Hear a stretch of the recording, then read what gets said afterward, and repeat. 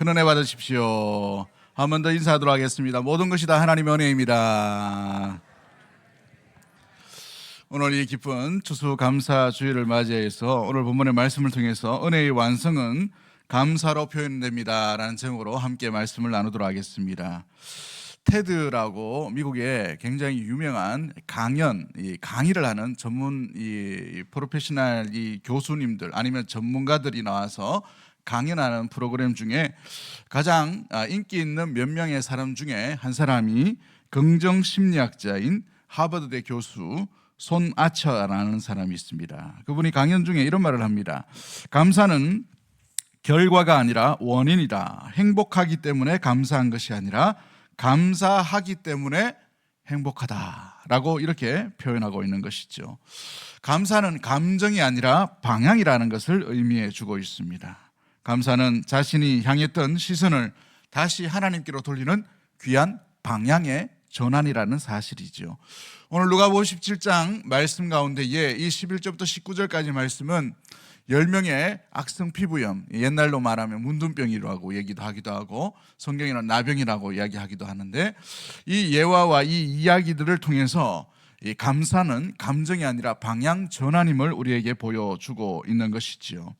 여러분, 이들은 예수님이 지나가신다는 이야기를 듣고 소리를 외칩니다. 낫게 해달라라는 고침, 어떤 간절함이 있는 것이죠.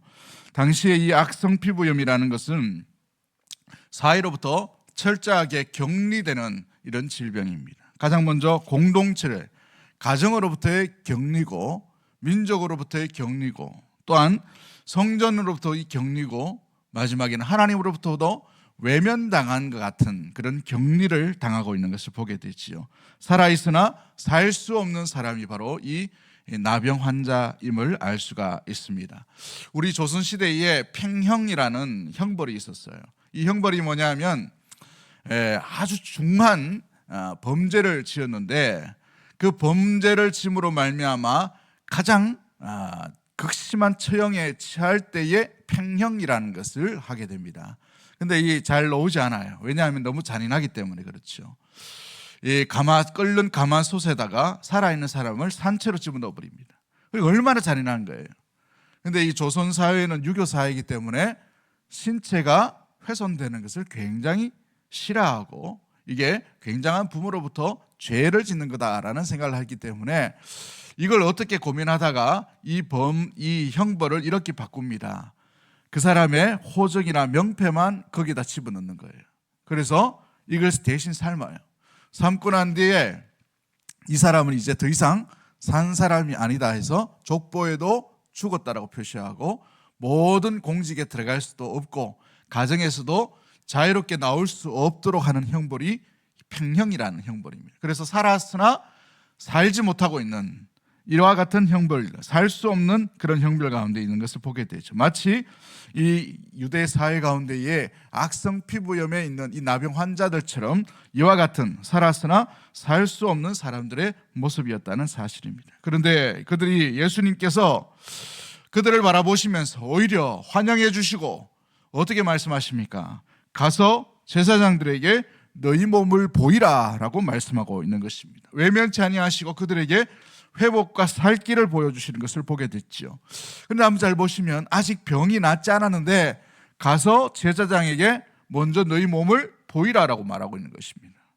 이 말씀에 이 10명의 나병 환자들이 어떻게 합니까? 100% 순종하며 나가고 있죠. 놀랍게도 진짜 가다가 깨끗함을 입는 놀라운 기적을 경험하게 됩니다. 그러나 이야기 중심은 여기서 끝나지 않죠. 그 중에 한 사람이 사마리아인이라고 특별한 이 지역에 있는 사람이 돌아와서 예수께 감사를 올려드리고 있죠. 그 감사로 말미암아 그는 이 고마움의 표현으로 끝나는 것이 아니라 영원히 회복되는 구원에 이르는 놀라운 일들을 경험하게 되었다는 사실입니다. 오늘 이 말씀을 통해서 우리가 알 수 있는 것이 무엇입니까? 감사는 받은 복을 기억하는 영적인 순종이라는 사실입니다. 우리 한번 따라할까요? 감사는 받은 복을 기억하는 영적 순종입니다. 14절 말씀 보면 그들이 가다가 깨끗함을 받은지라라고 되어 있어요. 10명이 가지 않았다면 이와 같은 기적을 경험할 수가 없다는 것이죠. 예수님 말씀하시기 전에 그들의 상황은 전혀 바뀌지 않았습니다. 보이라라는 말씀에 순종하고 그 제사장에 나아갈 때에 기적이 함께 임하게 되는 것이죠. 그래서 감사는 순종의 걸음에서 시작되는 줄 믿습니다. 감사의 기적이, 놀라운 기적이 이 순종의 걸음으로 말미암아 회복의 기적으로 나타나게 되는 것이죠. 로이 존스라는 목사님이 그의 설교집에서 이렇게 말합니다. 믿음은 눈에 보이지 않아도 하나님의 말씀에 순종하는 것이다. 그리고 감사는 그 순종의 끝에서 하나님이 신실하심을 발견할 때 터져나오는 찬송이다라고 이렇게 말하죠.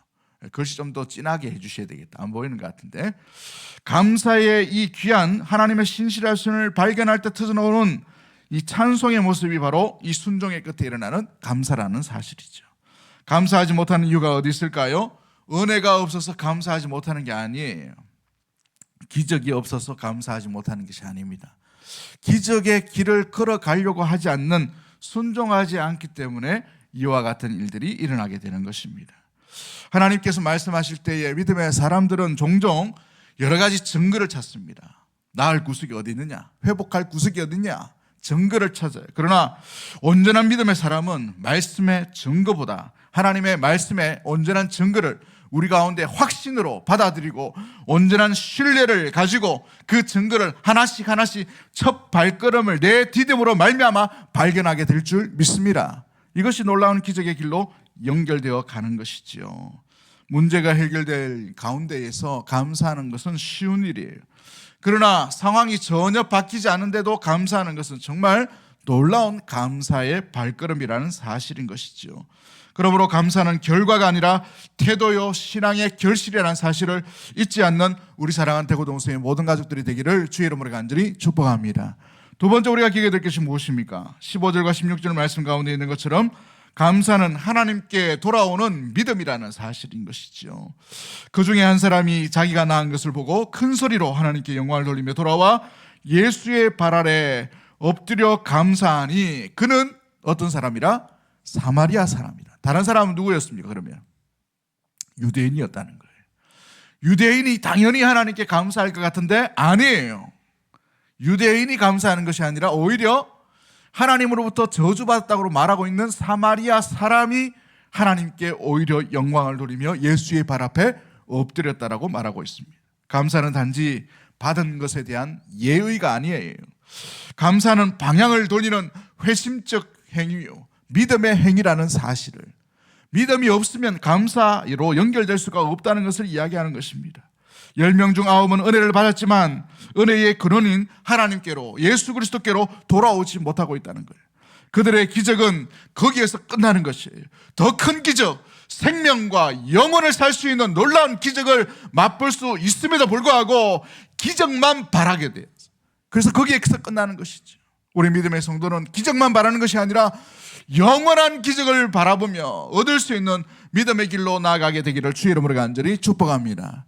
헨리 나우엘이라는 사람이 감사는 이렇게 말합니다. 감사는 무엇을 받았는가 보다 누가 주셨는가를 기억하는 능력이다라고 되어 있어요. 누가 주셨는가? 내 실력으로 주었다, 내 지혜로 주었다, 나 정도 되니까 이렇게 얻지, 나 정도 되니까 이런 여러 가지 재물들을 얻을 수가 있지라고 생각하면 감사가 일어날 수가 없어요.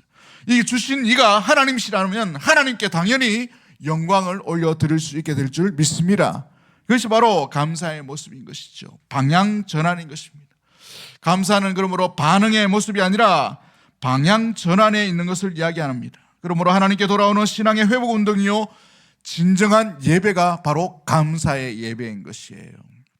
우리가 드리는 일반적인 예배 가운데도 가장 많이 드러나는 게 뭐예요? 감사합니다. 감사합니다.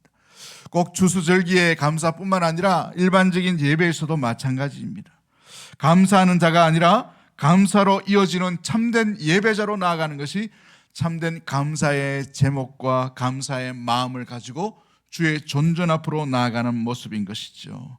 오늘도 우리 감사의 본질은 주께 주신 복의 고마움이 아니라 복을 주신 하나님을 다시 중심에 모시는 신앙의 행동임을 우리가 잊지 않는 우리 모든 가족들이 되기를 주의 이름으로 간절히 축복합니다. 마지막 세 번째로 우리가 기억해야 될 것이 무엇입니까? 감사는 구원을 완성하는 믿음이라는 사실이죠. 19절 말씀 우리 한번 읽어보도록 합니다. 19절 말씀 같이 봅니다. 시작. 그에게 이르시되 일어나 가라. 내 믿음이 너를 구원하였느니라 하시더라. 10명의 모두 육체의 질병은 나았습니다. 그러나 오직 한 사람만이 구원의 복음을 듣게 되는 놀라운 기적을 얻게 되었죠. 왜일까요? 그는 단지 나음을 경험하는 것이 아니라 예수님의 발 아래 구원을 경험하는 놀라운 기적과 같은 일들이 경험했기 때문에, 얻었기 때문에 그와 같은 일들이 나타나게 되었다는 것이죠. 데인 오트월드라는 사람이 Gentle and Lowly라는 이 책을 쓰셨는데, 겸손하고 온유하니라는 번역을 하면 그렇습니다. 그 책에서 이렇게 말합니다. 감사는 은혜를 완성시키는 인간의 응답이다. 감사 없는 은혜는 방향을 잃어버리고, 감사 없는 은혜는 방향을 잃어버리고, 은혜 없는 감사는 근거를 잃어버린다라고 말합니다. 그의 말처럼 감사는 단순한 반응이 아니라 은혜의 완성이 뭐냐? 주님 감사합니다라는 고백인 거예요. 시편의 기자인 다윗의 고백을 보십시오. 많은 환난과 고통 가운데서도 마지막 고백이 무엇입니까? 내 영혼아 여호와를 송축하라. 내 영혼아 여호와를 바라라 라는 것이죠. 감사의 제목으로 온전히 주님을 바라보며 주께 영광을 돌리고 있다는 사실이죠. 감사하지 않은 신앙은 기적은 누릴 수가 있어요. 그러나 하나님의 마음은 모르는 거예요. 하나님의 마음은 기적에 있는 것이 아니라 주께 돌아오는 하나님의 아들로서의 놀라운 회복이라는 사실을 믿는 믿음의 모든 가족들이 되기를 주의 이름으로 간절히 축복합니다. 그러므로 예수님께서 내 믿음이 너를 구원하였느니라, 이 말씀은 내 질병이 낫는다라는 말씀보다 너의 믿음이 하나님과의 관계 속에서 온전히 회복되었다는 것을 뜻하고 있다는 사실이죠. 그렇습니다. 감사는 그 관계를 완성시키는 마지막 연결고리가 바로 이 감사라는 사실입니다. 주님 앞에 어떻게 모습으로 나가는가? 회개도 하고 기적도 체험하고, 그러나 그 가운데 나의 모든 죄를, 나의 모든 이 연약함을 회복해 주신 하나님 앞에 감사로 나아가는 그 고리로 주님과의 진정한 만남의 연결이 일어나게 되는 것입니다. 사랑하는 성도 여러분, 그렇습니다. 말씀을 맺도록 하겠습니다.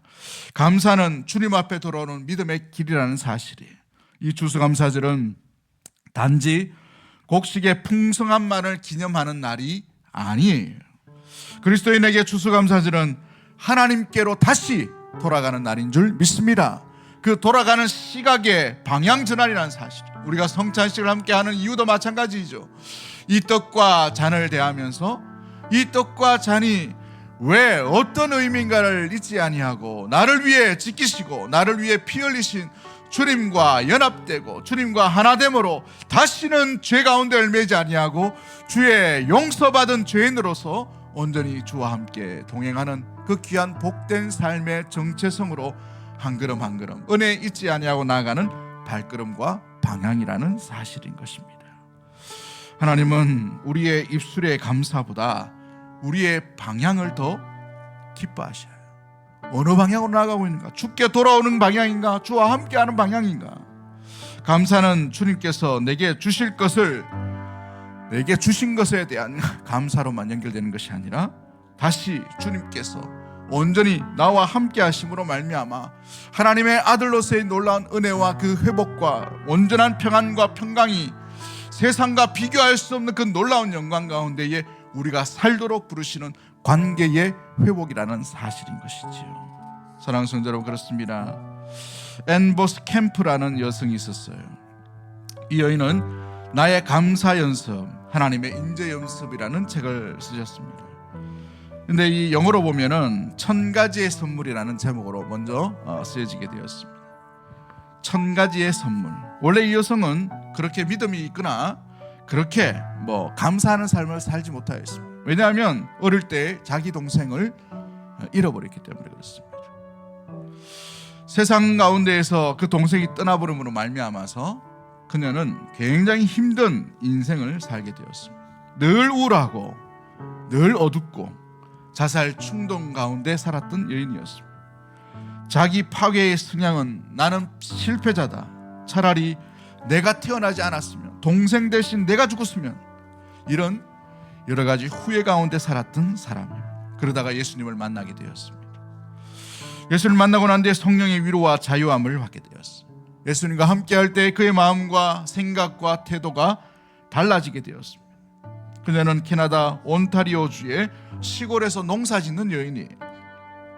1400마리 돼지를 키우고 7명의 자녀를 양육하면서 바쁘고 분주한 나는 가운데에 이 믿음의 일기인 감사 일기를 찍게 됩니다. 믿음으로 감사함으로.